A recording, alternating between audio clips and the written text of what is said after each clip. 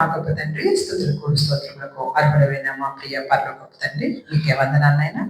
మధ్యాహ్న కాల సమయం మమ్మల్ని సజీవులెక్కలో ఉంచుకొని నైనా 2026 సంవత్సరంలోకి అద్భుతంగా అడుగుపెట్టి నైనా మొదటి నెలను కూడా నేను చక్కగా పూర్తి చేసుకోవడానికి మా అందరికీ మీరు ఇచ్చినటువంటి గొప్ప కృపకై మీకు వందనాలు తండ్రి. ఈ దినం చూడలేని వాళ్ళు మా కళ్ళ ముందు ఎంతో మంది వెళ్ళిపోయారు తండ్రి. కానీ మేము ఇంకా సజీవు లెక్కలో ఉన్నామంటే ఇది కేవలం మీ ఉచితమైన కృప తండ్రి.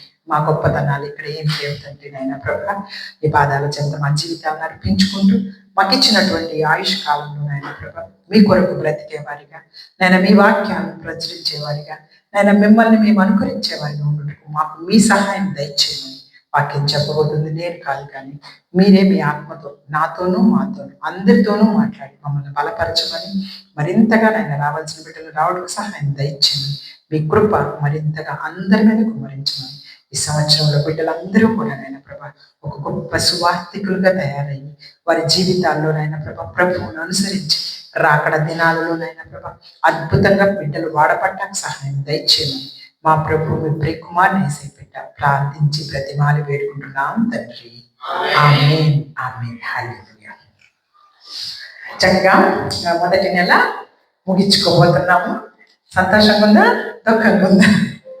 2026లో ఒక నెల తొందరగా మనము అయిపోయింది. చూడండి ఎంత తొందరగా రోజులు పరిగెట్టాస్తున్నాయంటే అంత ఫాస్ట్గా 2026 అనుకున్నామో లేదో అప్పుడే అయిపోతుంది కూడా. మొదటి నెల అయిపోయింది కూడా.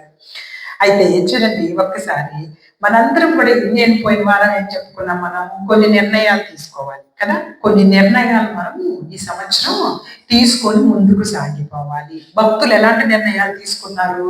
అల్పకాలం పాప భోగాలు ఈ లోకంలో అనుభవించటం కంటే క్రీస్తుతో కూడా నిందలైనా సరే శ్రమలైనా సరే అనుభవించటం అనేది మంచిది. ఎందుకు? మనకి రాబోతున్నటువంటి పరలోక రాజ్యములు మన స్థానాన్ని సంపాదించుకోవడానికి. నాకు ఏ కష్టాలు వద్దు, నాకు ఏ బాధలు వద్దు. ఈ లోకంలో నాకు ఇప్పుడు నెక్స్ట్ క్లాస్కి వెళ్ళాలంటే పరీక్ష రాయాలా వద్దా? నాకు ఏ పరీక్ష వద్దంటే నెక్స్ట్ క్లాస్కి పంపిస్తారా? ఇదే క్లాస్లో కూర్చోమంటారు. కనీసం నువ్వు పాస్ మార్కులన్నా తెచ్చుకోమనే చెప్తారు. ఈ లోకంలో ఒక క్లాస్ నుంచి ఇంకో క్లాస్కి వెళ్ళడానికి, లేకపోతే ఒక చిన్న ఉద్యోగం కోసం వాళ్ళు ఇచ్చేటటువంటి పరీక్షలు ఎన్ని రకాలుగా ఉంటాయి. అవి ఖచ్చితంగా పాస్ అయితేనే వాళ్ళు ఉద్యోగంలో పెట్టుకుంటారు. పర్లేదులే, ఏం పర్వాలేదు అని కూర్చోబెడతారా? ఎక్కడైనా కూర్చోబెట్టుకోవాలి. అలాంటిది ఈ లోకంలో చిన్న చిన్న వాటి కొరకే ఇన్ని పరీక్షలు పెడుతున్నప్పుడు మరి పరలోక రాజ్యానికి వెళ్ళాలంటే మరి పరీక్షలు వద్దా, శ్రమలు వద్దా? ఇవన్నీ దాటుకొని ఖచ్చితంగా మనము వెళ్ళాలి. చూడండి, ఈ రోజు దేవుడు కూడా మన అందరితోటి మాట్లాడడానికి ఇష్టపడుతున్నారు. మొదటి తిమోతి గారికి రాసినటువంటి పత్రిక 6వ అధ్యాయం ఒకసారి అందరూ తీయగలిగితే చూడండి, అక్కడ ఒక గొప్ప విషయాన్ని పరిశుద్ధాత్మ దేవుడు ఈ రోజు మనతోటి మాట్లాడుతూ ఉన్నారు. మొదటి తిమోతి గారికి రాసినటువంటి పత్రిక 6వ అధ్యాయము 9వ వచనం, 6వ అధ్యాయము 8 నుంచి 7వ వచనం నుంచి చదువుకుందాము, బాగుంటుంది. 7వ వచనం నుంచి మొదటి తిమోతి గారికి చదవండి. మనం ఈ లోకంలోనికి ఏమీ తేలేదు, దీనిలో నుండి ఏమీ తీసుకొని పోలేము. కాగా అన్న వస్త్రములు కలవారిపై ఉండి వాటితో తృప్తి పొంది ముందుము ధనవంతులగుటకు ఆపేక్షించువారు శోధనలోను ఉరిలోను అవివేకయుక్తములను హానికరములైన అనేక దురాశలలో పడుదురు. అట్టివి మనుషులను నష్టములోను నాశనములోను ముంచివేయును. ఎందుకనగా అందరు చదవండి. ఎందుకనగా ధనాపేక్ష సమస్తమైన కీడుకు మూలము.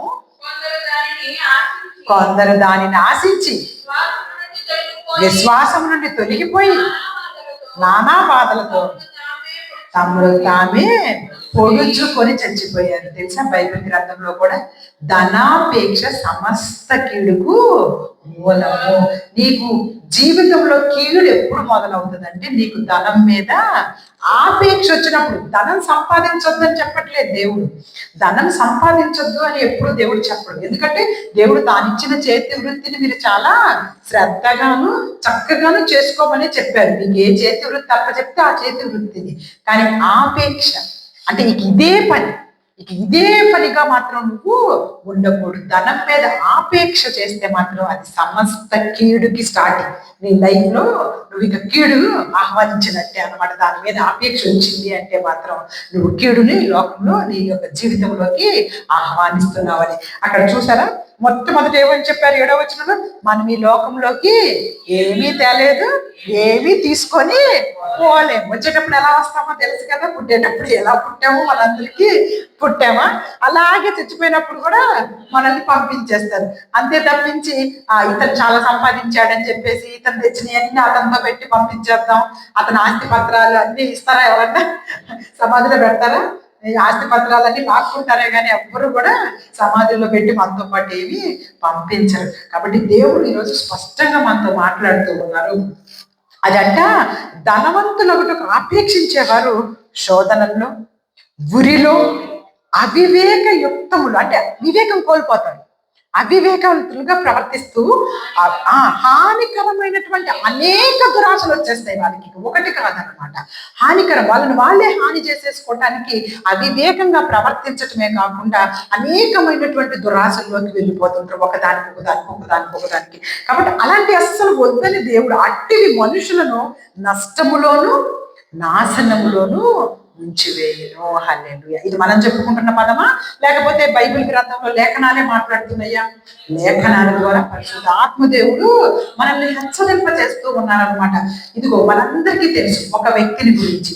చూడండి ఒక్కసారి మనందరం బైబిల్ గ్రంథంలో, అందుకే ఇక్కడ ఏమన్నారు చూసారు కదా, తర్వాత 10వ వచనంలో లాస్ట్ లో, కొందరు దానిని ఆశించి విశ్వాసం నుండి తొలగిపోయారు. బైబిల్ గ్రంథంలో నానా బాధలు పడ్డారు. ఆ తర్వాత నానా బాధలు పడిన తర్వాత అవమానంతో ఎటు పరిగెత్తాలో తెలియక వాళ్ళని వాళ్ళే పొడుచుకొని చనిపోయే స్థితికి వస్తారట ధనాపేక్ష కలిగిన వాళ్ళు.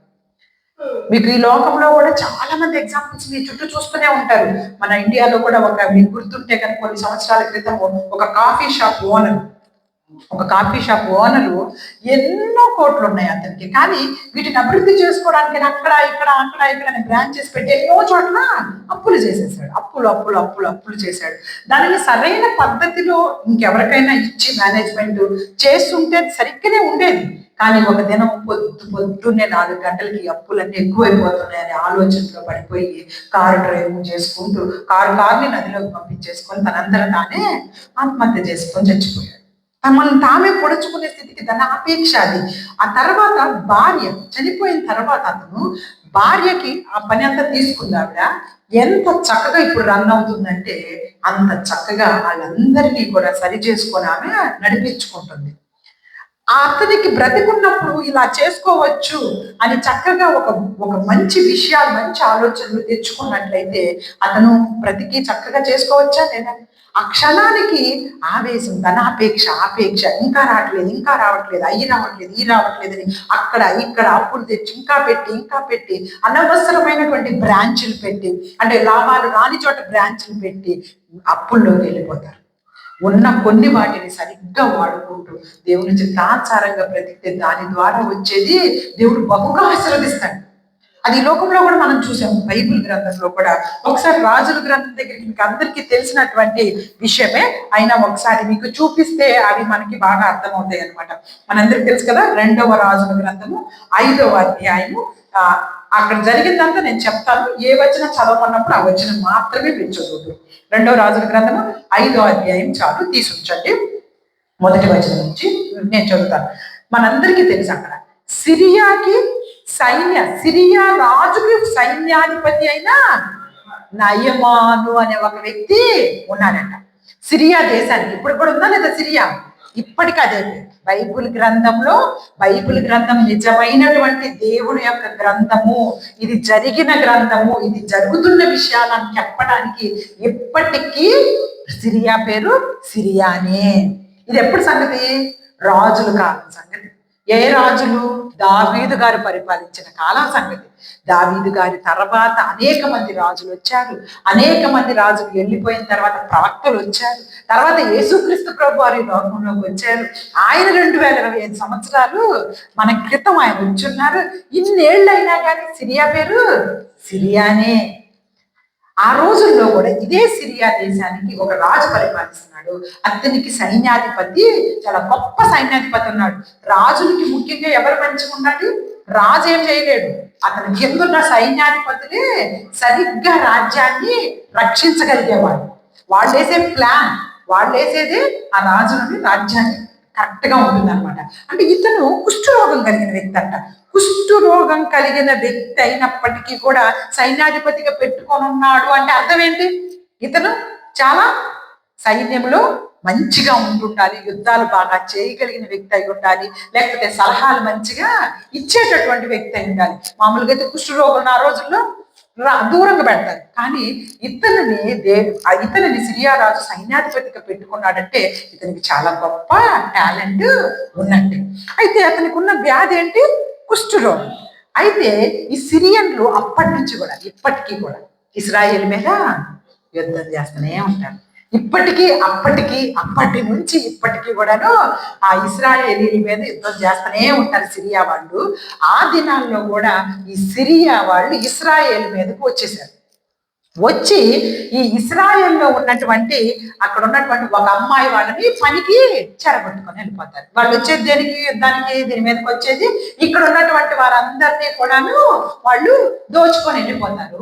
ఆ దేశానికి వెళ్ళిపోయిన తర్వాత వీళ్ళని ఏం చేసుకుంటారు? ఇంకా పని వాళ్ళగా భయంకరమైనటువంటి పనులు చేసే వృత్తులలోకి వాళ్ళని పెడుతూ ఉంటారు. ఇప్పుడు ఇక్కడ ఏం జరుగుతుంది అంటే కరెక్ట్ గా మనం కనుక గమనించుకుంటే ఈ ఇశ్రాయేలీల మీదకి సిరియా వాళ్ళు యుద్ధానికి వచ్చారు. ఇక్కడ ఉన్న వాళ్ళందరినీ తీసుకెళ్ళిపోయారు.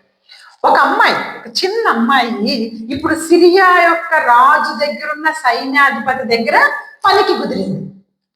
పనికి ఇప్పుడు మనం ఎట్లా పనులకు వచ్చి ఒక ఇళ్లలో అరవీళ్ళల్లో పనులు చేస్తున్నాం మన వాళ్ళందరినీ, అట్లానే ఈ చిన్న పాప ఎక్కడ పనికి కుదిరింది అంటే సిరియా రాజుకి సైన్యాధిపతిగా ఉన్న ఒక వ్యక్తి దగ్గర పనికి కుదిరింది. పని చేస్తుంది ఆ ఇంట్లో. ఆ అమ్మాయి ఒకరోజు తన యజమానిని చూసేసింది. చూస్తే ఆ యజమానికి ఏముంది అంటే కుష్ఠరోగం ఉంది, ఒళ్ళంతా కుష్ఠరోగం. వెంటనే ఆమె తన యజమానురాలు దగ్గరికి వెళ్ళి ఏం చెప్పిందంటే, అమ్మ ఇదిగో మన యజమానుడు ఎంత గొప్పవాడు, సైన్యాధిపతి, ఎంత ఈ దేశం సిరియా అంటే పెద్ద దేశం, ఈ దేశానికి సైన్యాధిపతిగా ఉంటా కూడా అతని ఒంటికి కుష్ఠ ఉంది. మా దేశం అంటే ఇది వాళ్ళది. ఆ పిల్ల ఏ దేశం నుంచి వచ్చింది? ఇశ్రాయేల్ నుంచి వచ్చింది. ఇశ్రాయేలులో గొప్ప ప్రవక్తలు ఉంటారు. హల్లెలూయా, హల్లెలూయా. దేవుని బిడ్డలు అక్కడ ఉంటారు. మా దేశంలో ఒక గొప్ప ప్రవక్త ఉన్నాడు. ఆ ప్రవక్త దగ్గరికి వెళ్తే ఖచ్చితంగా మన యజమానుడికి కుష్ఠుని తీసేస్తాడు అని చిన్నది చెప్పిందంట సలహా యజమానురానికి. నిజానికి మనం చెప్పిన సలహాలు ఏమైనా వింటారా? అరబీ పిల్లల్లోకి వెళ్ళి అది ఇది అని మనం చెప్తే మన మాటని ఎవరిని పాటిస్తారా? కానీ దేవుడి యొక్క తలంపులు, ఇశ్రాయేలు ప్రజల పట్ల దేవుడికి ఉన్నటువంటి కృప, ఆనాటి ఇశ్రాయేలే ఈనాటి క్రైస్తవులమే, మర్చిపోవద్దు. ఆనాటి ఇశ్రాయేలమే ఈనాటి క్రైస్తవులు. మన నోటి వెంబడి చెప్పే మాటని వినటానికి దేవుడే వాళ్ళని ప్రేరేపిస్తాడు. అందుకే మీరు పనులు చేసే దగ్గర చెప్పండి దేవుడి గురించి, ఏం పర్వాలేదు. ఖచ్చితంగా దేవుడు వారి మనసులో ఒక ఆలోచన తెప్పిస్తాడు. ఈ చిన్నది చెప్పిన మాట ఈ అమ్మాయి పని అమ్మాయి కూడా కాదు, బానిసగా వెళ్ళిన అమ్మాయి, బానిసగా లాక్కొని వెళ్ళిపోయారు ఆ దేశాన్ని. ఆ అమ్మాయి చెప్పిన మాట ఆ యజమానురాలు విని తన భర్తకి చెప్పిందనమాట, ఆ దేశంలో ఒక ప్రవక్త ఉన్నాడట, అతను ప్రార్థన చేస్తే నీ కుష్ఠరోగము తగ్గిపోతుందని. వెంటనే ఇతను ఆ యొక్క సిరియా రాజు దగ్గర పర్మిషన్ తీసుకున్నాడు. సైన్యాధిపతి చాలా డబ్బులు, చాలా నగలు అన్ని మూట కట్టుకొని ఎక్కడికి వచ్చాడు? ఇశ్రాయేల్ దేశానికి వచ్చాడు. వచ్చి వెంటనే అక్కడికి వచ్చి సమాచారం పంపించాడు వాళ్ళ చేత. ఏం పంపించాడు? నేను వచ్చాను. ఎవరిని? నేను సైన్యాధిపతిని, సిరియా రాజు సైన్యాధిపతిని వచ్చాను.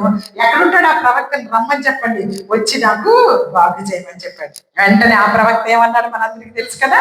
చూడండి 10వ వచనంలో, ఆయన ఏమి ప్రవక్త రాకుండా 10వ వచనంలో ఆయన ఎవరిదైతే పంపించాడో మధ్యవర్తిని, అతనికి చెప్పాడు ఆ ప్రవక్త పేరు ఎలీషా, నువ్వు యోర్దాను నదికి పోయి 7 మార్లు స్నానం చెయ్యి, నీ ఒళ్ళు మరలా బాగయ్యి నువ్వు శుద్ధుడు అవ్వదు అని అతనితో చెప్పుటకు ఒక దూతను పంపెను. ఈ ప్రవక్త ఏం చెప్పారంటే, ఇదిగో ఆ మధ్యలో వచ్చిన ఒక దూత అంటే ఆ రోజుల్లో మీడియేటర్, అంతే, మధ్యవర్తి అనమాట. అతనికి ఏం చెప్పాడంటే, ఇదిగో మీ సైన్యాధిపతిని పోయి యోర్దాన్ నది ఉంటది మా దేశంలో, ఆ నదిలో 7 సార్లు మునగమనండి, ఒంటి మీద ఉన్న కుష్టి అంతా పోతుంది అని చెప్పి పంపించాడు. మొత్తం కుష్టి పోతుంది, పోయి మునగమని చెప్పమంటే అతనికి ఎంత కోపం వచ్చిందో చూడండి. వెంటనే అతను ఏమంటున్నాడు చూడండి, 11వ వచనంలో, అందుకు నయమాను కోపం తెచ్చుకొని, ఇతని పేరు సైన్యాధిపతి పేరు నయమాను, తిరిగిపోయి ఇట్లా, నేను అతడు నా యొద్దకు వచ్చి నిలిచి తన దేవుడైన యెహోవా నామమును బట్టి తన చెయ్యి రోగమునున్న స్థలం మీద ఆడించి కుష్ఠరోగము మాన్పునని నేను అనుకుంటుని. ఏమనుకున్నాడంట ఈ సైన్యాధిపతి? ఏమనుకున్నాడంట? ఆ ప్రవక్త నేను వచ్చానని తెలియగానే గబగబా లేచి వచ్చి నా మీద ఎక్కడైతే జబ్బు ఉందో అక్కడ చెయ్యి పెట్టి ప్రార్థన చేసి అలాగ చెయ్యంతా తాకిస్తే ఒళ్ళంతా అలా తగ్గిపోతుందని నేను అనుకుంటే, ఆయన కనీసం నన్ను వచ్చి కూడా చూడకుండానే, అసలు నేను ఇచ్చానని కూడా గౌరవం లేకుండానే నాతో ఒక దూతని చెప్పి పంపిస్తాడా, 7 మార్లు నీటిలో మునగమని చాలా కోపము తెచ్చుకున్నాడట ఆ సైన్యాధిపతి. మన జీవితాల్లో కూడాను మనందరికీ తెలుసు, క్రొత్త నిబంధనలో ఒక శతాధిపతి తన యొక్క దాసుడికి రోగం జబ్బు వచ్చినప్పుడు యేసుక్రీస్తు ప్రభు వారి దగ్గరికి, ఇదిగో అయ్యా నా దాసుడికి జబ్బు చేసింది, నువ్వు మాట మాత్రం సెలవిస్తే చాలు, అంతేగాని నువ్వు వచ్చి చెయ్యి పెట్టి పైనుంచి కిందకి ప్రార్థన చెయ్యి అని అడిగాడా? నమ్మకం, విశ్వాసం మన జీవితాల్లో పనిచేయాలి. హల్లెలూయా. అక్కడ మనకి కొత్త నిబంధనలో కూడా ఆ శతాధిపతి యొక్క విశ్వాసాన్ని చూసి దేవుడు ఆశ్చర్యపోయాడంట. ఆ రోజు అన్నాడు ఆ మాట యేసుక్రీస్తు ప్రభువు స్వయంగా బైబిల్ గ్రంథంలో, ఈ శతాధిపతి యొక్క విశ్వాసాన్ని చూసి నేను ఈ లోకంలో ఆశ్చర్యపోతున్నాను అంటున్నాడు. అంటే దేవుణ్ణి ఆశ్చర్యపరిచేంత విశ్వాసం అనుకుందా? మన విశ్వాసం ఎలా ఉందో ఒకసారి మనం పరీక్షించుకోవాలి. మన అవిశ్వాసం ఉంటుంది మనకి బాగా, ఇది జరగదండి, ఖచ్చితంగా ఇది జరగదండి అని విశ్వాసం కాదు, మనది అవిశ్వాసం ఎక్కువ ఉంటుంది అనమాట. అసలు ఇక్కడ దేవుడు ఎంత చక్కగా ఇతను ఏమంటున్నాడంటే, అతను వచ్చి ఏదో చేస్తాడనుకుంటే అతనేమి రాకుండా నన్ను ఇలా చెప్తాడని కోపం తెచ్చుకున్నాడంట ఆ సైన్యాధిపతి. కానీ ఇక్కడ కూడా ఇంకో పనివాడు చూడండి, ఆ గొప్ప మాట కనుక చూస్తే చూడండి, అక్కడ 13వ వచనంలో, అయితే అతని దాసులను ఒకడు వచ్చి, నాయనా ఆ ప్రవక్త ఏదైనా ఒక గొప్ప కార్యము చేయమని నియమించినట్లా నువ్వు చేయకుందువా? అయితే స్నానం చేసి శుద్ధుడవు కమ్మని మాట దానికంటే మేలు కదా అని చెప్పినప్పుడు, ఇప్పుడు ఈ దాసుడు ఆయన దగ్గర పనిచేస్తాడు దాసుడు, ఇక్కడ ఒక అమ్మాయి దాసురాలే, ఈ అమ్మాయి కూడా అక్కడ మాట వింటున్నారు చూడండి. పని వాళ్ళు చెప్పినా వాళ్ళు కొంచెం మాట వినే స్థితిలోనే ఉన్నారు. దేవుడు అలా పలికిస్తాడు. అందుకే మనం పని చేసే చోట, నాకు ఈ మధ్య ఝాన్సీ సిస్టర్ మన కారులో వెళ్తున్నప్పుడు చెప్పారు, కొన్ని షేర్ చేసుకున్నారు. అక్కడున్న అరబీ వాళ్ళతోటి మాట్లాడుతున్నప్పుడు వాళ్ళు అడుగుతూ ఉంటారంట, మీ దేవుడు మీరు కొత్త నిబంధన పాత నిబంధన అని సిస్టర్ గారు చాలా చక్కగా ఎక్స్ప్లెయిన్ చేస్తూ ఉన్నారంట వాళ్ళకి.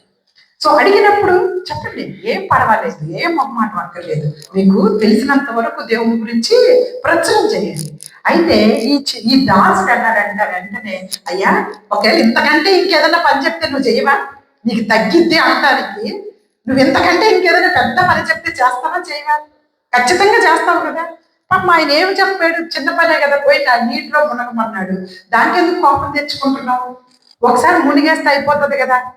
దీనికంటే ఇంకేదన్నా నగలు నట్రా లేకపోతే ఇంకేదన్నా చెయ్యండి, ఖచ్చితంగా నువ్వు చేసేవాడివే కదా.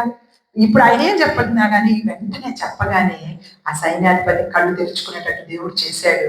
వెంటనే ఆ సైన్యాధిపతి యోర్దాను నదిలో 7 సార్లు మునగగానే అతని శరీరం ఎలా అయిందో చూసారా? పసి పిల్లని దేహం అది 14వ వచనం చూడండి. అతడు పోయి దైవజనుడు చెప్పినట్టు యోర్దాను నదిలో 7 మార్లు మునగగా అతని దేహము పసిపిల్ల దేహం అని. పసిపిల్లల దేహాలు ఎలా ఉంటాయి? చక్కగా తెల్లగా స్మూత్ గా పట్టుకోగానే జారిపోయేటట్టు ఉంటాయి వాళ్ళ శరీరాలు కదా. ఆ యొక్క సైన్యాధిపతి యొక్క శరీరము అలా తయారైపోయిందంట. హల్లెలూయా, హల్లెలూయా. దేవుడు చెప్పిన మాటను చెప్పినట్టు వింటే మన జీవితాల్లో చాలా అద్భుత కార్యాలు జరుగుతాయి. మనమే చెప్పినట్టు విన్నాము. ఏదో ఏదో ఏదో మన ఆలోచనలు పెడుతుంటాం దేవుని దగ్గరికి పోయి. ఇలాగా దేవ, ఇలా చేయవా, ఇలా చేస్తే బాగుంటది కదా, అలా చేస్తే బాగుంటది కదా అని. నువ్వేదైనా నా జీవితంలో చెయ్యి దేవా, నీకు అప్పు చెప్పేస్తున్నాను. నువ్వు ఏం చేయాలనుకుంటున్నావు అది చేసేయని ఆయనకు అప్పు చెప్పేసేయండి. ఎంత గొప్పగా మనం బ్రతకడానికి దేవుడు ఆశీర్వదిస్తాడు ఈ లోకం. సంవత్సరం అలాంటి నిర్ణయం తీసుకోండి, ఏం పర్వాలేదు. ఎందుకంటే ఆయనకు తెలుసు మీకు ఏం చెయ్యాలో. ఆల్రెడీ మీ జీవితం ఎలా ఉంటుంది ఆయనకని తెలుసు. మనం పసిపి మనందరికీ తెలుసు, గర్భములో నువ్వు రూపింపబడక మునిపే నీ యొక్క జీవితం అంతా గ్రంథంలో లిఖితమైపోయింది. నెక్స్ట్ ఏంటో ఆయనకి తెలుసు. కాబట్టి ఆ నెక్స్ట్ ఏంటో నీకు తెలుసు కదా నాయన, నువ్వు అలాగే చేసేసేయి. అయితే దానికి తగిన విధంగా నన్ను తయారు చేయి. నువ్వేం చేయబోతున్నావో నా జీవితంలో, కష్టం ఇవ్వబోతున్నావో నష్టం ఇవ్వబోతున్నావో, దానికి తగ్గిన విధంగా నన్ను తయారు చెయ్యి, నాకు తోడుండు. ఆ కష్టంలోని నువ్వు ప్రార్థించే, అంతే. అంతే తప్పించి నీ ఆలోచన దేవుడికి పెట్టద్దు. ఇలా చెయ్యి అలా చెయ్యి అని చెప్పేసి మనము వెంటనే పెట్టద్దు. చూడండి, ఇదంతా అయిపోయిన తర్వాత అతను, ఆ సైన్యాధిపతి ఈ యొక్క ప్రవక్తకి డబ్బులు ఇద్దాం అనుకున్నాడంట. మన వచనం ఏంటి అసలు? ఫస్ట్ వచనం, ధనాపేక్ష సమస్త కీడుకు మూలం. అది మనది. ఇప్పుడు దానికి ఎగ్జాంపుల్ ఇక్కడ ధనాపేక్ష కలిగిన ఒక వ్యక్తిని మనం చూపించబోతున్నాం అనమాట. చూడండి, ఈ నయమాన్ ఏం చేశాడు అంటే వెంటనే ఆ యొక్క చాలా డబ్బులు తెచ్చాడు అతను. వెంటనే ఈ ప్రవక్తకి ఇవ్వడానికి ఇష్టపడతాడు. 16వ వచనంలో చూడండి, అక్కడ అప్పుడు ప్రవక్త ఏమంటున్నాడో చూడండి. అతని ఇస్తున్న డబ్బులు తీసుకోకుండా, ఎలీషా, ఎవరి సన్నిధిని నేను నిలబడి ఉన్నానో, ఇశ్రాయేలు దేవుడైన ఆ యెహోవా జీవము తోడు, నేనేమియు తీసుకొనను. నీ దగ్గర నుంచి నువ్వు నాకేమి 10 రూపాయలు కూడా నేను చేసిన దానికి నువ్వు ఇవ్వాల్సిన పని లేదు. నీ దగ్గర ఏమున్నా కానీ నువ్వు పట్టుకొని వెళ్ళిపో, నాతో అస్సలకి ఏమి ఇవ్వద్దని చెప్పాడండి. అసలైన ప్రవక్త ఏమో అలా చెప్పాడు. అతను కూడా ఏం చెప్పేసేసాడంటే, ఆ నయమాను కూడా అన్ని తీసుకొని రథం ఎక్కి వాళ్ళ దేశానికి వెళ్ళిపోతున్నాడు, సిరియా దేశానికి. కానీ ఇక్కడ ఏమైందంటే చూడండి, ఒక్కసారి 18వ వచనంలో, నా యజమానుడు మొరొక్కుటకు రిమ్మోను గుడిలో చచ్చి నా చేతి మీద ఆనుకునేటప్పుడు నేను రిమ్మోను గుడిలో నమస్కారం చేసి నేను రిమ్మోను గుడిలో నమస్కారం చేసిన సంగతిని గురించి యెహోవా నీ దాసుడైన నన్ను క్షమించును గాక. నయమాను చెప్పగా ఎలీషా నెమ్మది కలిగి పొమ్మని అతనికి సెలవిచ్చాను. అతడు ఎలీషా ఎదురుండి వెళ్ళి కొంత దూరము సాగిపోయి. వీళ్ళిద్దరు ఎలా మాట్లాడుతున్నారు, అయ్యా నేను ఏదైనా ఇవ్వాలనుకుంటున్నాను, ఆ గుడిలో నేను మొక్కుకొని వచ్చాను, నాకు బాగైతే ఏదన్నా అతనికి ఇస్తానని. అంటే నువ్వేం ఇవ్వద్దు, నువ్వు వెళ్ళిపో, నెమ్మది కలిగి వెళ్ళిపో, నీకేం అవ్వదు అని చెప్పి ఎలీషా పంపించేశాడు. కానీ ఇక్కడ ఏం చదువుతాను చూడండి మీకు త్వరగా, 20వ వచనం, అంతటా దైవజనుడైన ఎలీషాకు సేవకుడకు, చదవండి, అతని పేరు గెహాజీ. ఇతను ఎవరంట? ఇతను ఎవరు? గెహాజీ అని అతను ఎవరు? ఎలీషా కింద పనిచేసే అతను. అంటే ఎలీషా ప్రవక్త, మంచి ప్రవక్త, దేవుడి చేత వాడబడుతున్నటువంటి ఒక పాస్టర్ అనుకోండి. ఆయన కింద పని చేస్తున్నాడు ఈ గెహాజీ అనేటటువంటి వ్యక్తి. ఈయనకి అయ్యయ్యో మా గురువుగారు ఏం తీసుకోకుండా పంపించేస్తున్నాడు, ఆయన ఇంత తీసుకొస్తే ఆయన దగ్గర ఏమీ తీసుకోకుండా మా గురువుగారు ఊరకనే బాగా చేసి పంపించేస్తున్నాడు. ఇప్పుడు ఎట్లా ఇప్పుడు నాకు ఖచ్చితంగా ఏదో ఒక ధనము తీసుకోవాలి, మా గురువుగారు అనవసరంగా ఆయన పంపించేస్తున్నారని ఈ గెహాజీ ఏం చేశాడో తెలుసా? నేను చదువుతాను చూడండి. ఇదిగో, ఆ గెహాజీ సిరియనుడైన ఈ నయామాను తీసుకొచ్చిన వాటిని అంగీకరించుటకు నా యజమానికి మనసు లేకపోయినే, కానీ యెహోవా జీవంతో నేను పరిగెత్తుకొని పోయి అతన్ని కలుసుకొని అతని వద్ద ఏదైనా తీసుకుందును అనుకొని నయమాను కలుసుకుంటూ పోవుచుండగా, ఇప్పుడు ఆ సైన్యాధిపతి వెళ్ళిపోతున్నాడు రథం మీద. ఈయన వెనక నుంచి పరిగెత్తి ఆయాస పడిపోయి పరిగెత్తుకుంటే ఏదైనా తీసుకోవాలనుకుంటున్నప్పుడట నయమాను చూశాడు. ఆ సైన్యాధిపతి వెనక ఎవరో పరిగెడుతున్నారని అర్థమయ్యి వెనక్కి తిరిగి చూసి రథం ఆపి ఆయన ఏం కావాలో తీసుకో అని చెప్పేసేసి కొంత ఇచ్చాడండి. 22వ వచనంలో నా యజమానుడు నా చేత వర్తమానం చూడండి, ఇక్కడ అబద్ధం, అక్కడ అబద్ధం చెప్తున్నాడా లేదా గేహాజీ? నా యజమానుడే నాకు వర్తమానం చెప్పాడు, నీ దగ్గర నుంచి తీసుకురమ్మని చెప్పాడని చెప్పేసి కొన్ని బట్టలు, కొంత వెండి తీసుకొని 2 మణుగుల వెండి, 2 దుస్తుల బట్టలు దయచేయమని సెలవిచ్చాడని చెప్పేసి అని చెప్పేసరికి అందుకు నయమాను నీకు అనుకూలమైతే 2 మణుగులు కాదు, రెట్టింపు వెండి తీసుకొని పో, ఏం పర్వాలేదని చెప్పేసి 4 మణుగుల వెండి కట్టి 2 దుస్తుల బట్టలిచ్చి 2 పని వాళ్ళ మీదేసి మళ్ళీ మొయ్యలేరేమో అని చెప్పేసి గెహాజీ తోటి పంపించేశాడంటండి. చూసారా, ఇప్పుడు గెహాజీ అవన్నీ తీసుకొని ఆ యొక్క ఎలీషా అనేటువంటి తన పాస్టర్ గారి దగ్గరికి వస్తుంటే ఇంట్లోకి వస్తుండగానే ఆయన ఏమంటున్నాడు చూడండి, మెట్ల దగ్గరకు వారు రాగానే వారి వద్ద నుండి గెహాజీ వాటిని తీసుకొని ఇంటిలో దాచి వారికి సెలవయ్యగా వారు వెళ్ళిపోయారు. అతడు లోపలికి పోయి తన యజమానుని ఎదురుగా నిలవగా ఎలీషా అతనిని చూచి గెహాజీ నువ్వు ఎచ్చటి నుండి వచ్చితివని అడిగినందుకు వాడు నీ దాసుడైన నేను ఎచ్చటికి పోలేదు అని నేను చూసాను. పరిగెత్తుకొని పోయాడు, ఇచ్చినవి తీసుకున్నాడు. కనీసం అడిగినప్పుడు ఒప్పుకోవడం కూడా వీళ్ళకి చేతగాటం లేదు. వీళ్ళు తప్పు చేసిన వాళ్ళు మీరు తప్పు చేశారు కదా అన్నప్పుడు ఒప్పుకుంటే కనీసం దేవునికి సంతోషం. మనల్ని కూడా దేవుడు ఈరోజు ఇందాక ఒక పాట పాడుతున్నాం, ఏ భేదం లేదు అందరము పాపులనే ఈ లోకంలో, ఏ భేదము లేదు, అందరం పాపం చేసి దేవుడిచ్చే మహిమను పొందలేకపోతా ఉన్నాం. పాపం అంటే దేవుడు చెప్పిన మాట వినకపోవడం ఒక్కటే కాదు, చేసిన పాపాన్ని ఒప్పుకోకపోవటం కూడా మహాఘోరమైనటువంటి పాపం. నువ్వు చేసిన పాపాన్ని ఒప్పుకుంటే క్షమించే దేవుడు నేను అని ఆయన మళ్ళీ మనకి జ్ఞాపకం చేస్తుంటే మనం ఎందుకో ఆయన దగ్గర ఒప్పుకోవట్లేదు. మనం ఎంతసేపటికి తప్పుకుంటాం, లేకపోతే సర్ది చెప్పుకుంటుంటాం అనమాట. నేను ఎందుకు చేశానక్క పాపం అంటే వాళ్ళు అలా చేశారు కాబట్టి నేను ఇలా చేశాను అంతే తప్పించి అయ్యో అది అసలు తప్పే, పాపమే, నేను ఆ మాటలు మాట్లాడటమైనా లేకపోతే అలాగా ప్రవర్తించడం అనేది నాది తప్పే అని దేవుని దగ్గర ఒప్పుకుంటే దేవుడు దానిని సరిచేసి మనకు ఆశీర్వాదాన్ని ఇవ్వాలని. ఈ గెహాజీ ఒప్పుకోవట్లేదు, సరి కదా, నేను ఎక్కడికి పోలేదని అబద్ధం చెప్పేశాడండి. వెంటనే చూడండి ఎలీషాకి ఎంత కోపం వచ్చిందో చూడండి. అంతటి ఎలీషా వానితో ఆ మనుష్యుడు తన రథము దిగి నిన్ను ఎదుర్కొంటకు తిరిగి వచ్చినప్పుడు నా మనస్సు నీతో కూడా రాలేదా? ఆ మనుష్యుడు రథము దిగి కిందకు వచ్చి నీకు ఇచ్చాడన్న విషయము ఇక్కడ లోపల కూర్చున్న ఎలీషాకి ఎలా తెలిసిపోయింది? ఈయన బయటికి వెళ్ళి చూశాడా? ఆయన ఎప్పుడో రథం మీద చాలా దూరం వెళ్ళిపోయాడు, ఆయన వెనక ఈయన పరిగెత్తుకొని వెళ్ళి తెచ్చుకున్నాడు.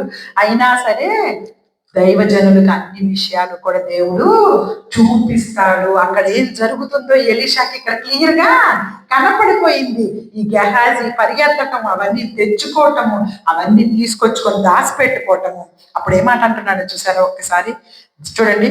ద్రవ్యములు, వస్త్రములు, ఒలివ చెట్లు, తోటలు, ద్రాక్ష తోటలు, గొర్రెలు, ఎడ్లు, దాసీలు సంపాదించుకొనుటకు ఇది సమయమా? అసలు ఏ సమయంలో మనం ఉన్నాం? ఇది రాకడ సమయం, దేవుని యొక్క రాకడ సమయం. ఆ దినాలలో కూడా అదే ఇక్కడ మాట్లాడుతున్నారు, ఇది రాకడ సమయము. ఇంత రాకడ సమయంలో అసలు నువ్వు దేనికోసం పరిగెట్టాలి? నువ్వు ఎక్కడ పరిగెడుతున్నావు? పరిస్థితులు మన చుట్టూ కనపడుతున్నాయా? యుద్ధ వాతావరణాలు, ఒకరి మీద ఒకరికి పడిపోయేటటువంటి అనవసరమైనటువంటివి ఎన్నో లోకంలో జరుగుతూ ఉండగా రాజ్యాల మీదకి రాజ్యాలు, ఇండ్లలో ప్రశాంతత లేకపోవటాలు, చుట్టూ కూడా భయంకరమైన యుద్ధ వాతావరణాలు జరుగుతున్నప్పుడు మనకేమి రావాలి ఆలోచన?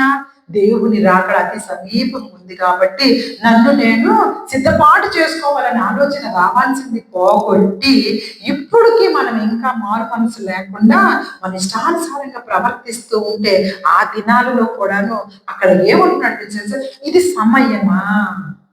అసలు ఇవన్నీ సంపాదించడానికి ఇది సమయమా? గెహాజీ ఎంత భయంకరమైనటువంటి పని నువ్వు చేసావో తెలుసా?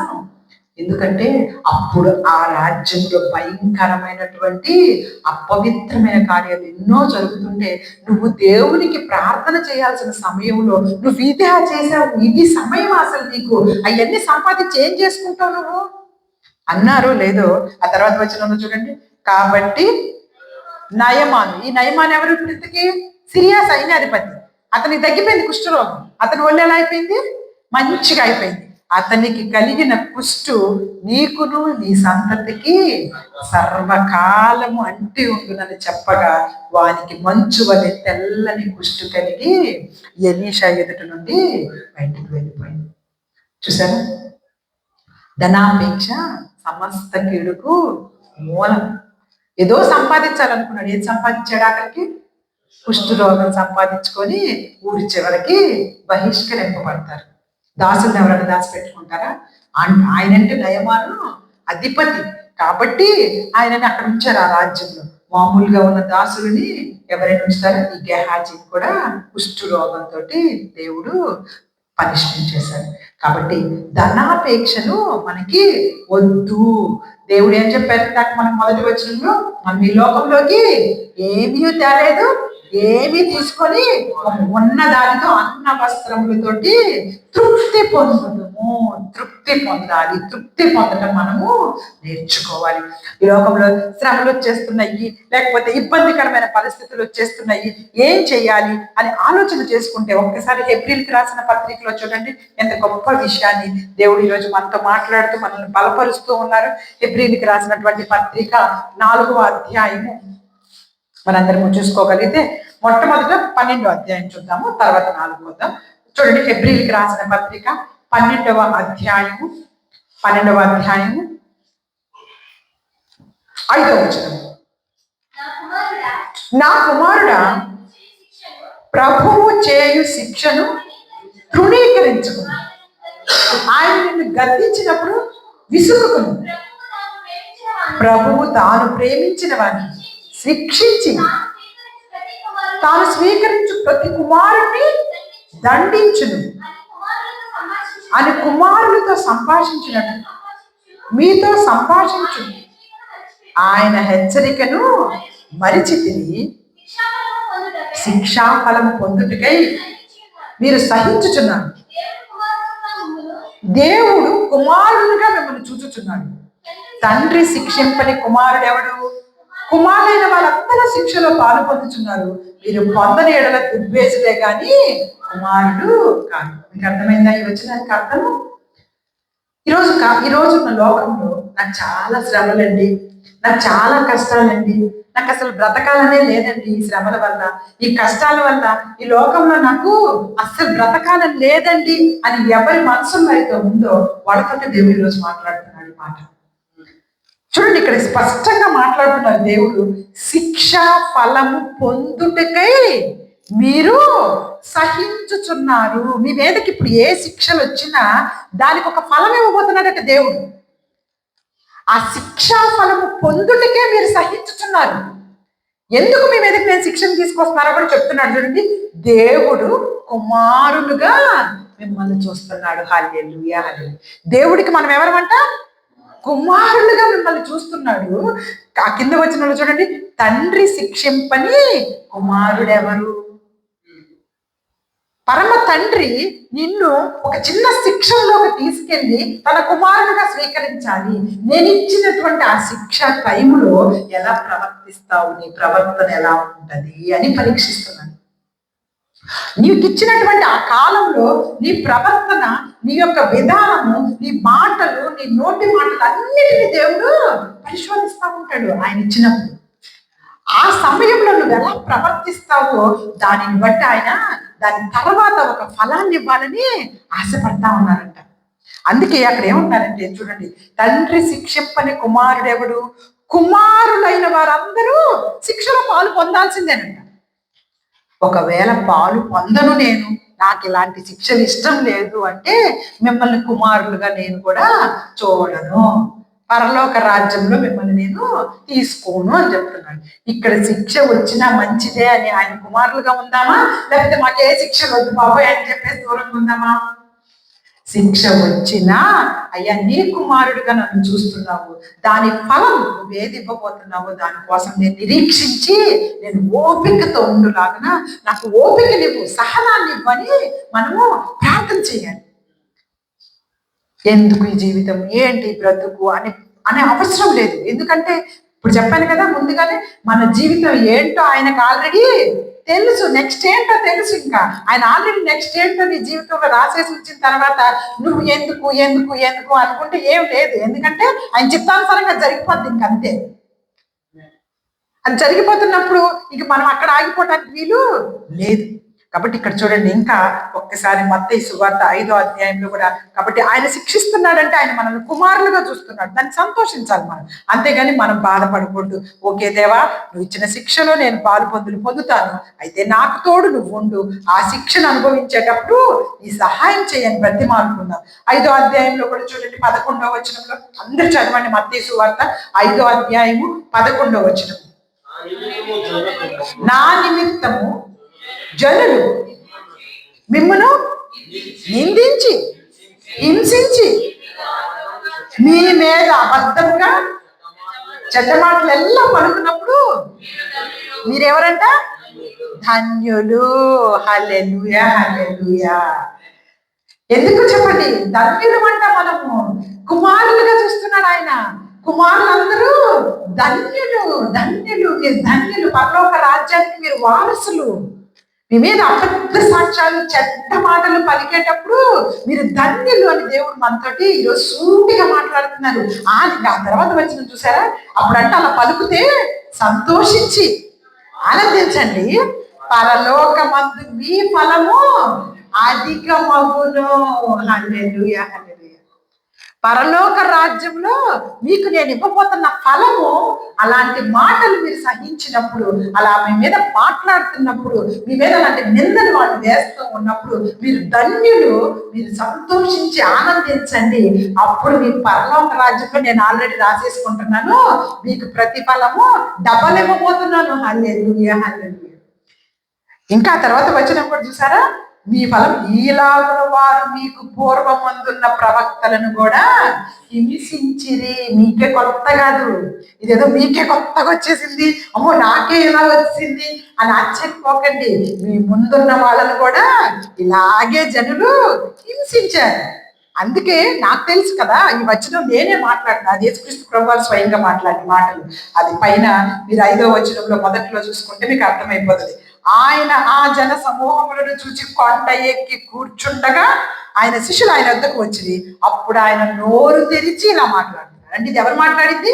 స్వయంగా యేసుక్రీస్తు ప్రభువారే చెబుతున్నారు. నిందలు వచ్చినప్పుడు, అబద్ధపు చెడ్డ మాటలు మీ మీద పలికినప్పుడు మీరు ధన్యులు, ధన్యులు. హల్లెలూయా, హల్లెలూయా.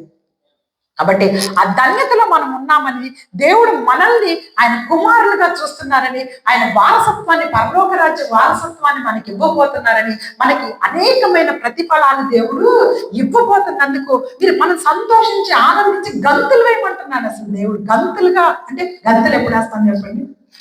గంతులు బాగా గుర్రే అని పెద్ద కలుస్తారు. ఏదైనా రన్నింగ్ రేసులో గెలిచినట్టు కానీ, లేకపోతే క్రికెట్ గెలిచాక చెప్పారు, వాళ్ళందరూ ఎట్లా అరుస్తుంటారు, అంత సంతోషించమంటున్నారు. మనకి వచనాలు తెలియక, వాక్యం సరిగ్గా తెలియక మన మీద ఇలాంటివి ఏమో వచ్చినప్పుడు మనం ఏమైపోతున్నాం? కుళ్ళిపోయి దిగులు, బాధ, డిప్రెషన్, మానసికంగా ఇబ్బంది పడిపోతా ఉంటాము. ఎప్పుడు మనం బైబిల్ తెలియనప్పుడు, వాక్యం తెలియనప్పుడు. దేవుడు స్వయంగా మాట్లాడుతున్నాను, మీరు సంతోషించండి, ఆనందించండి, మీ ప్రతిఫలాన్ని నేను అధికం చేస్తాను. వాళ్ళని మాట్లాడుకునే వాళ్ళని మాట్లాడుకోనియండి, మీరేం మాట్లాడద్దు. నేను చూస్తాను. ప్రకటన గ్రంథం చివరి అధ్యాయంలో కూడా చూడండి ఒక్కసారి. అసలు ఆ వచనం చూస్తే మనకి ప్రకటన గ్రంథం అంటే ఎప్పుడు యేసుక్రీస్తు ప్రభువారు 2వ రాకడలో వచ్చేటప్పుడు మాటలు చూడండి ఒక్కసారి. మనం అందరికి కూడా చూసుకోగలిగితే చూడండి, ఒక్క నిమిషము. 10వ వచనము, చివరి అధ్యాయం 22వ అధ్యాయం 10వ వచనము. మరియు అతను నాతో ఇలాగ చెప్పింది, ఈ గ్రంథమందున్న ప్రవచన వాక్యములకు ముద్ర వేయవలదు. చూడండి బాగా చదవండి, అందరు పెద్ద చదవండి. కాలము సమీపమై ఉన్నది, అది అన్యాయం చేయవాడు ఇంకా అన్యాయం చేయనియండి, చేయనియండి. వాళ్ళు ఇంకా ఆగరు. వాళ్ళు అన్యాయం చేయాలనుకుంటే అన్యాయమే చేసుకుంటూనే పోతారు. చేయనియండి. అపవిత్రుడైన వాడు ఇంకా అపవిత్రుడుగానే ఉండనియండి. నా కాలం సమీపం వచ్చేసింది. ఇక నేను ఎవరిని ఏమీ హెచ్చరించట్లేదు. చేయనియండి. అపవిత్రంగా బతకాలనుకుంటే బతికేమనండి. అన్యాయం చేయాలనుకుంటే ఇంకా చేసుకోనివ్వండి. నీతిమంతుడు ఇంకను నీతిమంతుడుగానే ఉండండి. చక్కగా నీతిమంతుకు బ్రతుకుతున్న వాళ్ళు అలా బతికేయండి. మీ మీద నిందలు అపనిందలు వేశారని మీరే మారిపోక్కర్లేదు. లేకపోతే వాళ్ళకి ఎదురు సమాధానం మనం ఏమి చెప్పొద్దు. మీరు నీతిమంతులుగానే ఉండనివ్వండి. చూడండి ఏమన్నాడు, పరిశుద్ధుడు ఇంకను పరిశుద్ధుడుగానే ఉండండి. ఇదిగో త్వరగా వచ్చుచున్నాను, వాని క్రియ చొప్పున ప్రతి వారికి ఇచ్చుటకు నేను సిద్ధపరిచిన జీతం నా యొద్ద ఉన్నది. ఇలా అన్యాయం చేస్తా ఉంటారా? చేయలేమండి. నాకు తెలిసి ఏమి ఇవ్వాలో వాళ్ళకి. ఇంకా ఇలాగే భయంకరమైనటువంటి అపవిత్రంగా బతుకుతామంటారా? బతకనియండి. అలాగే ఇదిగో నా దగ్గర ఎవరి క్రియ చొప్పున వానికి ఇయటానికి నా దగ్గర జీతము ఉంది. నీతిమంతులుగానే ఉండండి, మీకు నేను మంచి ప్రతిఫలాన్ని అనుగ్రహిస్తానని దేవుడు చెప్తున్నాడు. ఎప్పుడు? ప్రకటన గ్రంథం చివరి విషయాలు, అంటే రాకడ సమీపంలో ఉండి ఆయన వస్తున్నానని చెప్పేటప్పుడు సంగతులు. కాబట్టి దేనికైనా మనం భయపడాల్సిన పని ఉందా? మనం దేనికి భయపడాల్సిన పని లేదు. ఇంకా అద్భుతమైనటువంటి విషయం మనకి భక్తులు అందరూ చెప్పారు, మనందరికీ తెలుసు. మొదటి పేతురు గారు రాసిన పత్రికలో కూడా ఒకసారి చూద్దాము. పేతురు గారు రాసిన మొదటి పత్రిక అందరూ తీగలిగితే చక్కగా చూడండి. దేవుడు ఈరోజు శ్రమలు వచ్చినాయని ఎవ్వరమే భయపడద్దు. ఈ దినాలే అలాంటివి. ఎందుకంటే మనుషులు చెడ్డవారిగా మారిపోయేటటువంటి దినాలు. ఇది మన అందరికీ తెలుసు. ఎలాంటి మనుషులు ఈ లోకంలోకి వచ్చేస్తారని బైబిల్ గ్రంథంలో మనకి స్పష్టంగా రాశారు. పేతురు గారు రాసినటువంటి మొదటి పత్రిక 4వ అధ్యాయము 12వ వచనం చూడండి అందరూ. ప్రియులారా, మిమ్మల్ని శోధించుటకు మీకు కలుగుచున్న అగ్ని వంటి మహాశ్రమణ గురించి మీకేదో ఒక వింత సంభవించినట్టు ఆశ్చర్య పడకుడి. హల్లెలూయా. మీకు వచ్చిన శ్రమని, మిమ్మల్ని శోధించడానికి మీకు వచ్చిన శ్రమ, అమ్మో ఇదేదో అగ్నిలాగా ఉంది, అమ్మో నేను తట్టుకోలేకపోతున్నా, నేను కాలిపోయేలాగా ఉంది, అసలు ఈ శ్రమ అగ్ని వంటి మహాశ్రమల గురించి మీకేదో ఒక వింత, ఇలా జరిగింది ఏంటి, ఇంత శ్రమ వచ్చింది ఏంటి అని వింతలాగా ఆశ్చర్యపడిపోకండి. మీకేం పెద్ద ఇది కాదు అని బైబిల్ గ్రంథంలో భక్తులు చెప్తున్నారు. 13వ వచనం, క్రీస్తు మహిమ బయలుపరచబడినప్పుడు మీరు మహా ఆనందంతో సంతోషించు నిమిత్తము క్రీస్తు శ్రమలలో మీరు పాలివారై ఉన్నంతగా సంతోషించాలంట. ఈ పెద్ద శ్రమ వచ్చింది, అగ్ని వంటి మహాశ్రమ, నాకే వచ్చింది, అసలు నాకు చాలా వింతగా ఉంది, నాకెందుకు వచ్చిందని నువ్వు ఆశ్చర్యపోవద్దట.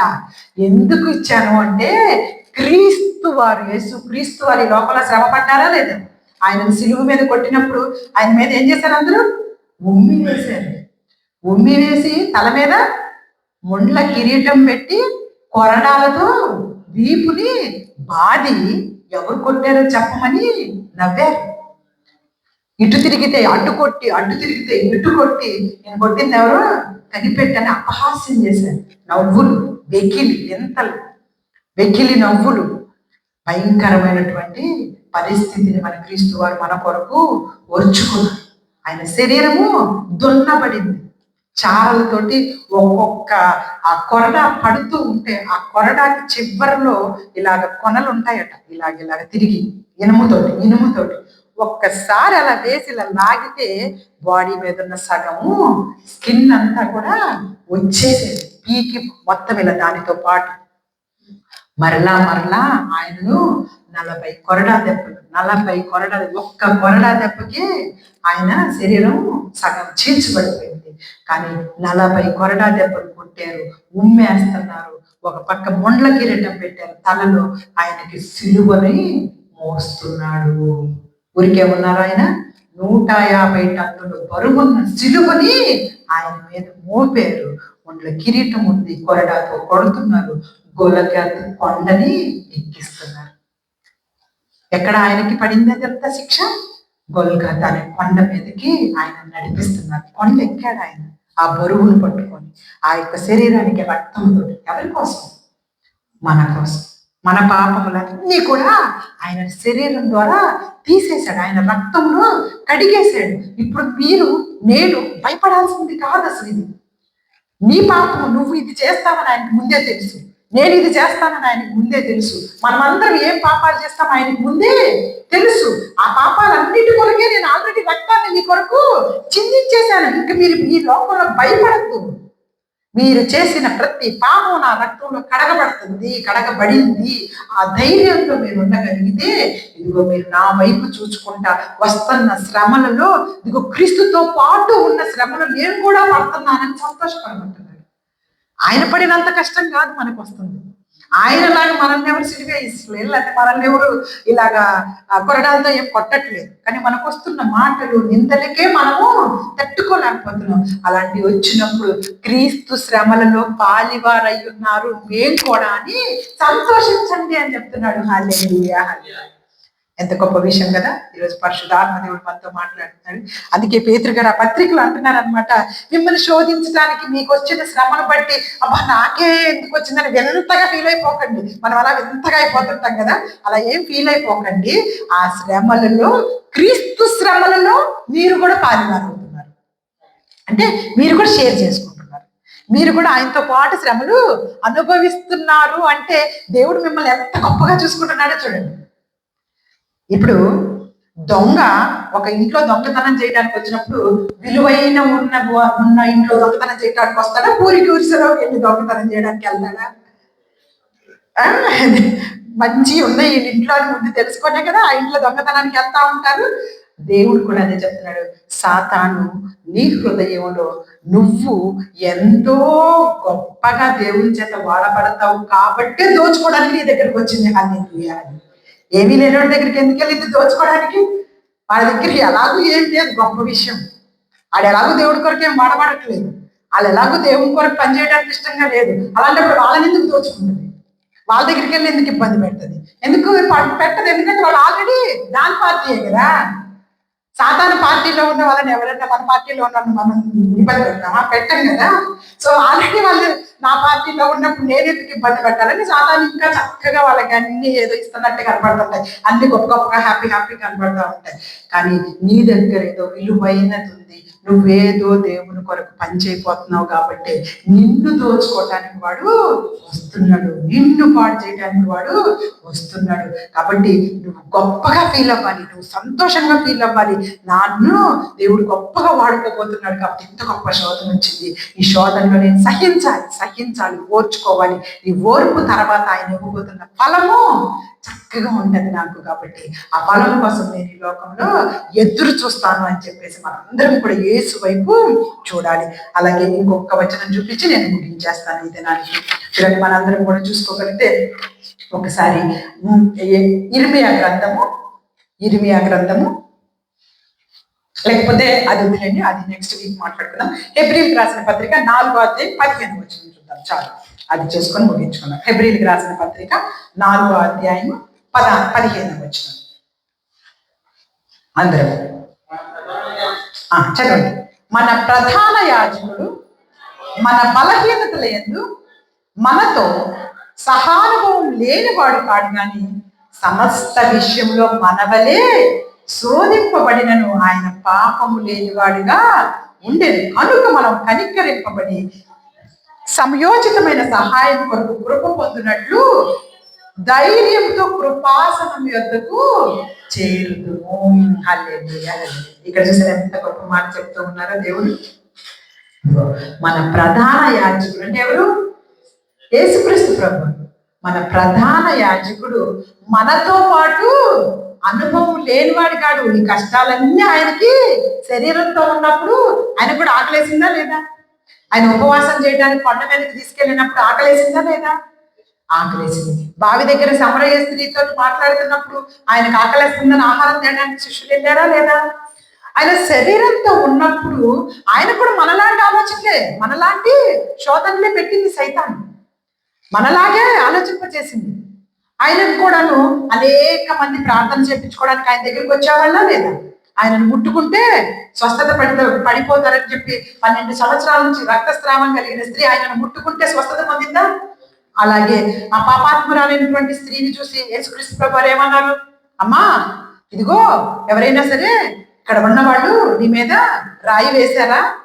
ఎవరైనా సరే ఇదిగో పాపం లేనివాడు ఎవడైనా ఉంటే ఆ మీద రాయండి అని చెప్పాడండి దేవుడు. ఈమె పాపంతో పట్టుబడిపోయింది, నేను పాపంతో పట్టుబడిపోయిందని ఊగిపోతే ఆమె తీసుకొచ్చి ఇసుకలో మధ్యలో పడేసారు అందరు. చుట్టూ అందరు మొగలు కూర్చొని ఈమె పాపాత్మరాలు పాపాత్మరాలు పాపాత్మరాలు అని పెద్ద పెద్దగా అరుస్తుంటే యేసుక్రీస్తు ప్రభువారు ఏమన్నారంటే, సరే ఆమె పాపాత్మరాలే, మంచిదే, మీలో పాపం లేని వాడు ఎవరైనా ఉంటే ఆ మీద రాయండి అన్నాడు.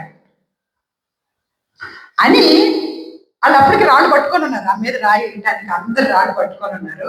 యేసుక్రీస్తు ప్రభువారు తల ఉంచుకొని ఇసుకలో చేత్తో ఏదో రాస్తున్నారంట.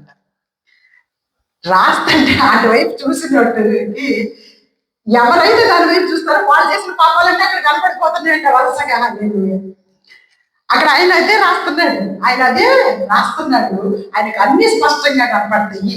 ఎవరు రాయటానికి చెయ్యెత్తుతున్నారో, ఎవరు దాని వైపు చూస్తున్నారో వాళ్ళ పాపాలు అక్కడ క్లియర్గా ఆయన రాసేస్తున్నాడు. ఆయన కనపడిపోతున్నాయి. రాయి కింద పడేసి కాముగా వెనక్కి వెళ్ళిపోతున్నారు. వాళ్ళకి ఏమర్థం అవుతుందంటే అందరికీ అదే కనపడుతుంది అనుకుంటున్నారు. ఎవరిది వాళ్ళకి కనపడుతుంది, అర్థమవుతుందా? ఎవరిది వాళ్ళకి అక్కడ పాపాలు కనపడుతున్నాయి.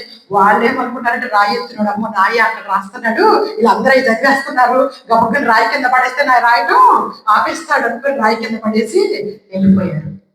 చిన్న పిల్లలు కూడా ఉన్నారంట ఆ రోజు. అట్లా చిన్న పిల్లలు 13, 14 సంవత్సరాలు ఉన్న వాళ్ళు కూడా రాయి ఎత్తినోళ్ళు దించి వెళ్ళిపోయారంటే వాడు కూడా పాపంలోనే ఆ దినము ఉన్నాడు. అప్పుడు దేవుడు ఏమన్నాడు యేసుక్రీస్తు ప్రభువారు, ఏమ్మా తలెత్తి పైకి చూసేసరికి ఎవ్వరు కనపడి నాకు తప్పించి, ఏమ్మా ఎవ్వరు నీ మీద రాయి వేయలేదా అని అడిగాడు. వేయలేదు ప్రభు అంటే, అమ్మా నేను కూడా నిన్ను ఇక నుంచి పాపము చేయకు. హల్లెలూయా. దేవుడు కృప పొంది దేవుడు క్షమించిన తర్వాత మళ్ళా పాపం జోలికి పోవద్దు. ఆయన కృపామయుడే, ఆయన దయామయుడే. మనం ఇంకా ఇప్పుడు ఏ కాలంలో ఉన్నామో తెలుసా? కృపాకాలంలో ఉన్నాం. అందుకే మనం ఎన్ని తప్పులు చేస్తున్నా క్షమించబడతానే ఉన్నాం. ఆ కాలంలో అలా కాదు, చేసిన తప్పుకు చేసినట్టు రాళ్ళతో చంపేసేవాడు. ఇది కృపాకాలం. ఈ కృపాకాలం అయిపోవస్తుంది. యేసుక్రీస్తు ప్రభువారి యొక్క రాకడ ముందు సూచనలు మనకు కనపడిపోతున్నాయి. ఇప్పుడు మీకు అందరికీ తెలుసో లేదో, అంటార్టికా అంటే చలికి సంబంధించిన ప్రదేశం. అక్కడ ఉన్నటువంటి మంచుకు సంబంధించిన కొండలు మనకి ప్రపంచం ఎండ్ అయిపోతున్న చివరంతా అవే ఉంటాయి. మంచుతోటి కప్పబడినటువంటి పెద్ద పెద్ద కొండలు ఉంటాయి. అవన్నీ కరిగిపోతున్నాయి. ఇప్పుడు అవన్నీ కరిగిపోయి నీళ్లుగా వచ్చేస్తున్నాయి ఇటువైపుకి. ఆ కొండలు నిలబడినంత కాలమే మనకి బ్రతుకులు. అవి నీళ్లుగా మారిపోయినాయి అంటే నదులు, సముద్రాలు అన్ని పొంగిపోతాయి. అవి ఏమో చిన్న చిన్న కొండలు కాదు. కొండలు అంటే మనకు ఉన్నటువంటి ఊర్లంత కొండలై పరిస్థితులు దేవుడు మన కళ్ళ ముందు చూపిస్తున్నాడు. ఒక పక్క మంచు తుఫాను, ఒక పక్క యుద్ధాలు, ఇంకో పక్క మనుషుల మీద మనుషులు తప్పుగా చేసుకుంటున్నటువంటి అనేకమైన విషయాలు, యాక్సిడెంట్స్, ఎంత ఈజీగా హార్ట్ అటాక్లు. ఈరోజు చూసి రేపొద్దున చూసేటప్పటికే వాళ్ళు లేరని చెప్పటాలు, ఎన్ని రకాలైనటువంటి సూచనలు దేవుడు మనకి చూపిస్తున్నప్పుడు ఇంకా పాపంలోనే ఉంటాను అంటే దేవుడు క్షమిస్తాడు. కానీ ఆయన దగ్గర ఒప్పుకుంటే సమయం అయితే మాత్రం మించిపోతుంది. తొందరగా మనకి రాకడ సమీపంలో ఉంది. కాబట్టి దేవుడు ఈరోజు మనతో మాట్లాడుతూ ఉన్నారు. మనందరం ఇక్కడ ఏమంటున్నారంటే, నేను కూడా ఇప్పుడు ఆ పాపాత్మురాలైనటువంటి స్త్రీని దేవుడు క్షమించిన తర్వాత ఆ చుట్టుపక్కల ఉన్న వాళ్ళందరూ ఆయన ఏమి అనలేదు అనుకుంటున్నారా? చాలా భయంకరమైనటువంటి శోధనలు ఆయన కూడా ఎదుర్కొన్నాడు. ఎన్నో విషయాలలో మనలాగే ఆయన శోధింపబడ్డాడు. ఆయనను కూడా మాట్లాడారు జనులు. యేసుక్రీస్తు ప్రభువారిని స్వయంగా అనేక చోట్ల సమరయ స్త్రీతో ఒంటరిగా మాట్లాడుతున్నప్పుడు ఈయనకి ఏం పని, ఈమెతోటి ఒంటరిగా మాట్లాడుతున్నాడు అన్నారు. ఇక్కడ పాపాత్మురాలైన స్త్రీని క్షమించినప్పుడు ఆమె ఆయన పాదాల మీద పడి కన్నీటితోటి కడుగుతున్నప్పుడు ఇదిగో చూసావా ఏమి ఊరికే ఆయన పాదాలు ముట్టుకుంటుంది. ఇలా ఎన్నో ఆయనకు కూడా శరీరంతో ఉన్నప్పుడు మనవలే శోధింపబడిన ఆయన పాపము లేకుండా ఉండెను. అయితే ఇక్కడ మనకు ఒక మంచి మాట ఏం చెప్పారంటే, కనుక మనము కూడా కనికరింపబడి, అంటే శరీరంలో ఉన్న మనకి ఎలాంటి శోధనలు వస్తాయో, ఎలాంటి ఆలోచనలు వస్తాయో దేవుడికి తెలుసు అని చెప్తున్నాడు ఆయన. నాకు తెలుసు, నేను ఉన్నప్పుడు శరీరంతో ఇలాంటివే ఉన్నాయి. కాకపోతే మీరు జాగ్రత్తగా నా సహాయం కొరకు, నా కృప కొరకు వేడుకుంటే మిమ్మల్ని పాపంలో పడకుండా నేను కాపాడుకుంటాను. అలాంటి స్థితిలోకి మనందరము వెళ్ళాలని కోరుకుంటూ, శ్రమ వచ్చినప్పుడు అమ్మో అని బాధపడాల్సిన పని లేదు. నిందలు, చెడ్డ మాటలు నీ మీద పలికినప్పుడు నీకు ప్రతిఫలం నేనిస్తున్నానన్న మాటలు మనం జ్ఞాపకం ఉంచుకొని లోకంలో మనం ధైర్యంతో ముందుకు సాగాలి. ఎక్కువ సమయం లేదు, దేవుడు త్వరగా వచ్చుతున్నాడు. కాబట్టి మనందరము కూడా దేవుళ్ళు ఎదగాలని కోరుకుంటూ చిన్న వాక్యాన్ని దేవుడు ఆశ్రయించి దీవించును గాక. ఆమేన్. God bless you. God bless you.